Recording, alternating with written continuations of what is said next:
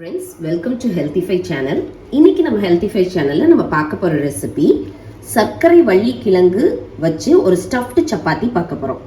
So அதை பண்ணுறதுக்கு என்ன இன்க்ரீடியன்ஸ் தேவைன்னு நான் ஃபர்ஸ்ட் சொல்கிறேன். இன்னைக்கு நான் ஒரு சர்க்கரை வள்ளி கிழங்கை நல்லா தண்ணியில் வாஷ் பண்ணிட்டு கட் பண்ணிவிட்டு இட்லி குக்கரில் வச்சு வேக வச்சு எடுத்திருக்கேன். இங்கே பாருங்கள், இந்த மாதிரி நல்லா வெந்திருக்கணும். நீங்கள் இட்லி குக்கரில் கூட வேக வைக்கலாம், இல்லைன்னா தண்ணி ஊற்றி குக்கரில் வச்சு 2 விசில் வச்சு எடுத்தாலும் உங்களுக்கு இந்த மாதிரி நல்லா வெந்துடும். அதுக்கப்புறம் இதோட ஸ்கின்னை பீல் பண்ணி எடுத்துருங்க. ஸ்கின்னை பீல் பண்ணி எடுத்துட்டு ஸ்மாஷ் பண்ண போகிறோம். ஸ்கின்னை பீல் பண்ணிவிட்டு இந்த மாதிரி ஒரு பவுலில் போட்டு வச்சுக்கோங்க. அப்புறம் நல்லா ஸ்மாஷ் பண்ணிடுங்க. இப்போ நல்லா ஸ்மாஷ் பண்ணியாச்சு. இப்போ இதில் 1/2 டீஸ்பூன் உப்பு சேர்த்துக்கோங்க. அப்புறம் 1/2 டீஸ்பூன் மிளகாய் தூள் சேர்த்துக்கோங்க. 1/2 டீஸ்பூன் ஜீரகப்பொடி கண்டிப்பாக சேர்த்துக்கோங்க. இதுக்கு நல்ல ஃப்ளேவர் கொடுக்கும். அதுக்கப்புறம் உங்களுக்கு தேவையான அளவு நெய் சேர்த்துக்கலாம். நான் 2 டேபிள் ஸ்பூன் சேர்த்துருக்கேன். இப்போது நல்லா மிக்ஸ் பண்ணிடுங்க. எல்லாம் சேர்ந்து நல்லா மிக்ஸ் ஆயிடணும். சர்க்கரைவள்ளி கிழங்குல ஆல்ரெடி இனிப்பு இருக்கும். ஸோ இனிப்பு கூட நம்ம காரம், உப்பு, ஜீரகப்பொடி எல்லாம் சேர்த்துருக்கனால உங்களுக்கு இந்த ஸ்டஃபிங் நல்ல ஃப்ளேவராக இருக்கும். நீங்கள் வேணுன்னா கொத்தமல்லி இலை கூட சேர்த்துக்கலாம். பாருங்கள், நல்லா பிசைஞ்சு வச்சுட்டேன். இப்போ இதை குட்டி குட்டி பால்ஸாக ரவுண்ட் பண்ணி வச்சுக்கோங்க. இவ்வளோ போதும். இந்த மாதிரி குட்டி குட்டி பால்ஸாக ரெடி பண்ணி வச்சுக்கோங்க. இப்போ எல்லாத்தையும் பால்ஸ் மாதிரி இந்த மாதிரி பிடிச்சி வச்சுக்கோங்க. இப்போ ஸ்டஃபிங் ரெடி ஆயிடுச்சு. இப்போ நம்ம சப்பாத்தி மாவு ரெடி பண்ணிடுவோம். இன்றைக்கி நான் 1 கப் சப்பாத்தி மாவு எடுத்திருக்கேன். 2 பேருக்கு பண்ணுற மாதிரி எடுத்திருக்கேன். கொஞ்சோண்டு சால்ட் போட்டுக்கோங்க. கீ கொஞ்சோண்டு ஊற்றிக்கோங்க. நெய் ஊற்றினா நல்லா கொஞ்சம் சாஃப்டாக வரும் சப்பாத்தி.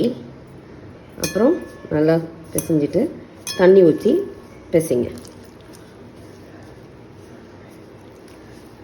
இப்போது நீங்கள் சப்பாத்திக்கு எப்படி பிசைவீங்களோ அதே மாதிரியே பிசைஞ்சு வச்சுக்கோங்க. பாருங்கள், சப்பாத்தி மாவை இந்த மாதிரி குட்டி குட்டி பால்ஸாக ரவுண்ட் பண்ணி வச்சுருக்கேன் சப்பாத்தி போடுறதுக்கு. ஸ்டஃபிங்கும் ரெடியாக இருக்குது. இப்போ எப்படி பண்ணலான்ட்டு பார்க்கலாம். சப்பாத்தி எடுத்துக்கோங்க. ஃபஸ்ட்டு மாவை லைட்டாக கோட் பண்ணி விட்டுக்கோங்க கல்லில். அப்போ தான் உங்களுக்கு ஒட்டாது. அப்புறம் நல்லா ப்ரெஸ் பண்ணி இந்த மாதிரி கொஞ்சம் மெதுவாக ஸ்ப்ரெட் பண்ணுங்கள். இப்போ இவ்வளோ போதும். இவ்வளோ ஸ்ப்ரெட் பண்ணோடனே ஃபஸ்ட்டு ஒரு ஸ்டஃபிங் எடுத்து இது சென்டரில் வச்சு க்ளோஸ் பண்ணிடுங்க. இந்த மாதிரி நல்லா க்ளோஸ் பண்ணிடுங்க. இது எதுக்கு இப்படி க்ளோஸ் பண்ணுறோன்னா வெளியே வரக்கூடாதுன்ட்டு இப்படி க்ளோஸ் பண்ணி இந்த மாதிரி ப்ரெஸ் பண்ணி விட்டுக்கோங்க. ஓகேவா? இந்த மாதிரி ப்ரெஸ் பண்ணி விட்டுக்கோங்க. அவ்வளோதான். அதுக்கப்புறம் திரும்ப சப்பாத்தி பிசைகிற மாதிரி நல்லா இந்த மாதிரி ப்ரெஸ் பண்ணி விட்டுக்கோங்க. ப்ரெஸ் பண்ணி விட்டுட்டு மாவை மேலே கோட் பண்ணி விட்டுட்டு சப்பாத்தியை ஸ்ப்ரெட் பண்ணுற மாதிரியே ஸ்ப்ரெட் பண்ணிடுங்க. மாவை எப்படி சப்பாத்திக்கு ஸ்ப்ரெட் பண்ணுவீங்களோ அதே மாதிரி தான் திருப்பி விட்டு நல்லா ஸ்ப்ரெட் பண்ணி விட்டுருங்க. நீங்கள் பயப்படவே வேண்டாம், வெளியே வராது. நல்லா சப்பாத்தி மாவோடு சேர்ந்துடும். ஸ்டஃப்டு சப்பாத்தி எப்படி பண்ணோம் அதே மாதிரி தான். ஸோ இந்த மாதிரி டர்ன் பண்ணி ஃபுல்லாக ஸ்ப்ரெட் பண்ணிடுங்க. நல்லா மெல்லிசாவே ஸ்ப்ரெட் பண்ணிடுங்க. அப்போ தான் உங்களுக்கு நல்லா சாஃப்டாக இருக்கும் சப்பாத்தி. ரொம்ப பிள்ளைங்க இந்த மாதிரி அவிச்சு கொடுத்தா சாப்பிட மாட்டாங்க சர்க்கரைவள்ளி கிழங்க. நீங்கள் இந்த மாதிரி சப்பாத்தியில் ஸ்டஃப் பண்ணி கொடுத்தீங்கன்னா கொஞ்சம் டிஃப்ரெண்ட்டாகவும் இருக்கும். அவங்களுக்கு நீங்கள் டயட்டில் இன்க்ளூட் பண்ண மாதிரியும் இருக்கும். அவ்வளோதான், ரெடி ஆயிடுச்சு.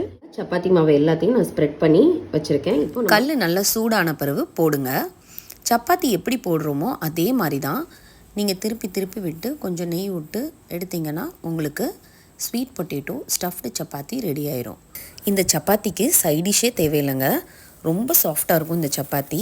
பாருங்கள் எவ்வளோ சாஃப்டாக இருக்குன்ட்டு. இதை நீங்கள் கிட்ஸுக்கு ஸ்நாக்ஸுக்கு கொடுத்து விடலாம். நல்லா சாஃப்டாக இருக்கும் எவ்வளோ நேரம் ஆனாலும். பெரியவங்களுக்கு நீங்கள் இதை தயிர் பச்சடி வச்சு கொடுக்கலாம். ஒரு நல்ல காம்பினேஷன் இந்த சப்பாத்திக்கு. ஸோ கண்டிப்பாக உங்கள் வீட்டில் ட்ரை பண்ணி பாருங்கள். Thank you friends. Please subscribe our channel for more recipes.